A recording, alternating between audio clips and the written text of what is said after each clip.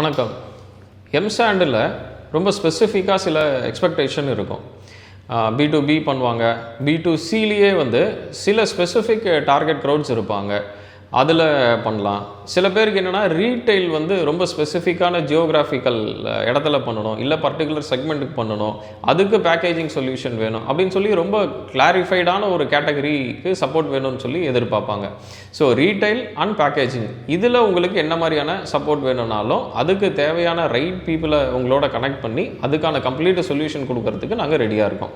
So பேசிக்காக ரீட்டெயிலில் நீங்கள் என்ன மாதிரி பண்ண போகிறீங்க, என்ன பிளான் இருக்குது, ஏற்கனவே நீங்கள் பண்ணியிருக்கீங்க அப்படின்னா அதில் எந்த ஸ்டேஜில் இருக்கீங்க, இல்லை என்ன பண்ண முடியல, ஸ்பெசிஃபிக்காக எந்த இடத்துல உங்களுக்கு ஹெல்ப் அண்ட் சப்போர்ட் வேணும்.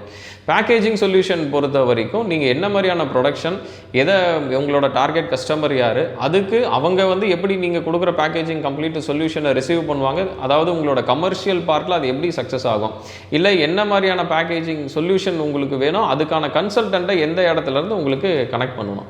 ஸோ இதுக்கு தேவையான கம்ப்ளீட் சப்போர்ட் உங்களுக்கு பண்ணுறதுக்கு நாங்கள் ரெடியாக இருக்கோம்.